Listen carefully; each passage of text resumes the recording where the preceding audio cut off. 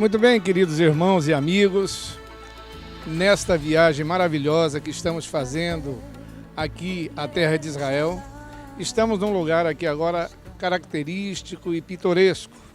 Estamos aqui visitando o famoso Rio Jordão.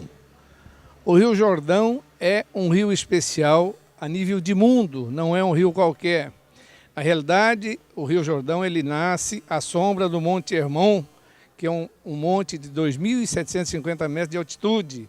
Ali nasce o Rio Jordão e que desce pelas montanhas do Líbano, chegando aqui à terra de Israel. Jordão significa aquele que desce ou também lugar onde se desce. Essa é a nomenclatura característica do Jordão. É um nome bem adaptado ao maior rio da Palestina e o mais famoso rio do mundo. A fama deste rio é algo espetacular, porque aqui aconteceram coisas espetaculares para a era do cristianismo. Vamos falar um pouco das características físicas deste rio. Muito bem, este rio ele desce do Monte Hermon e ele abastece o Mar da Galileia, que nós mostramos há pouco tempo atrás. E quando ele chega no Mar da Galileia, ele já está a 225 metros abaixo do nível do Mar Morto e 425 metros abaixo do Mar Mediterrâneo. Isso prova que, na realidade, ele é o único rio do mundo que está abaixo do nível do mar. É uma característica especial que nenhum outro rio no mundo tem. Ele tem uma correnteza muito forte durante 260 quilômetros de extensão, o que o torna muito difícil de ser atravessado, a não ser em lugares especiais, onde se dê passagem a pé ou a cavalo. Isso na época da Bíblia, que mostra ali em Josué 2:7 e Juízes 3:28.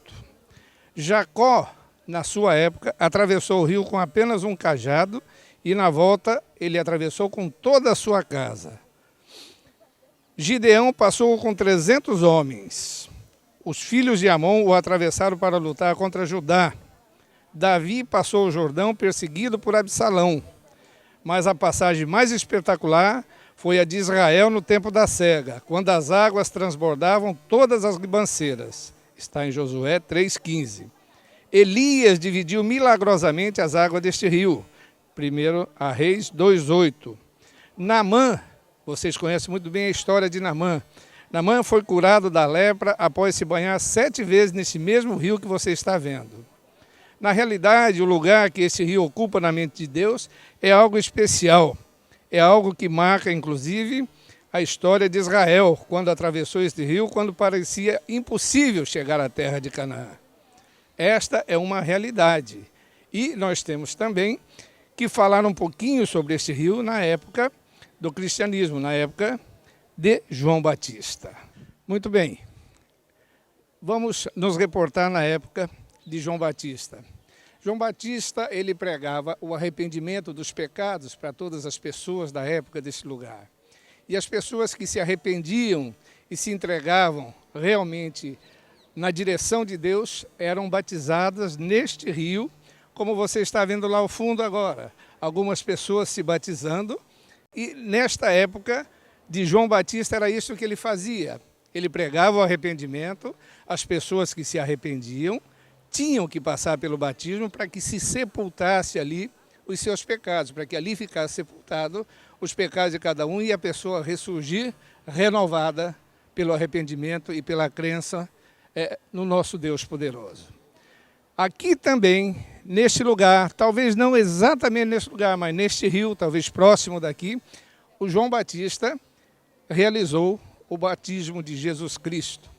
Jesus Cristo desceu das terras da Galileia e veio até aqui para ser batizado por João Batista. E houve aquela pergunta que todos sabem muito bem e guardam na cabeça. João Batista, olhando para Jesus, perguntou: mas Senhor, sou eu que devo ser batizado por ti e não a mim que devo batizá-lo. E Jesus respondeu a ele o quê? Não, João, você deve me batizar para que as profecias se cumpram. Essa foi a resposta de Jesus e João Batista, então, neste rio que você está vendo, pôde realizar o batismo de Cristo. E isto ficou marcado para sempre. E nós fazemos a mesma coisa hoje nos nossos tanques batismais em nossas igrejas, exatamente seguindo o exemplo. O que é característico, que nós devemos lembrar no batismo de Jesus, é algo muito importante, que durante 400 anos, no período intertestamentário, o que aconteceu? Foram 400 anos de silêncio profético, que Deus não se pronunciou ao povo durante 400 anos. E este período de silêncio profético foi quebrado por Deus exatamente neste rio que você está vendo. No dia do batismo de Jesus, Deus quebrou o silêncio e se pronunciou dizendo: este é o meu Filho amado, em quem eu tenho prazer, em quem eu me comprazo, durante o momento de batismo de Jesus. É a característica maior que nós podemos guardar desse rio tão maravilhoso, que abastece o Mar da Galileia, e por este caminho que você está vendo aqui, ele segue para o Mar Morto, que nós estaremos mostrando a posterior. Eu quero falar para você um pouquinho só sobre o que está acontecendo com o Jordão. O Jordão, isso é uma matéria que nós tiramos do Jordan Time. Esse jornal reportou que uma grande represa, o Night Dam, represa que está sendo construída na Jordânia, ela está retendo um afluente do rio Jordão, que abastece este rio, e está retendo para se construir uma grande represa. Isso vai fazer com que este rio possa ser afetado grandemente e o volume das suas águas venha a diminuir. Esse é um risco que a humanidade deve realmente repreender para que não ocorra esse tipo de coisa. Este rio, na realidade, é a vida de Israel. É o rio que abastece o Mar da Galileia, e o Mar da Galileia, na realidade, é que abastece todo o estado de Israel. Imagine se esse rio vier a secar um dia.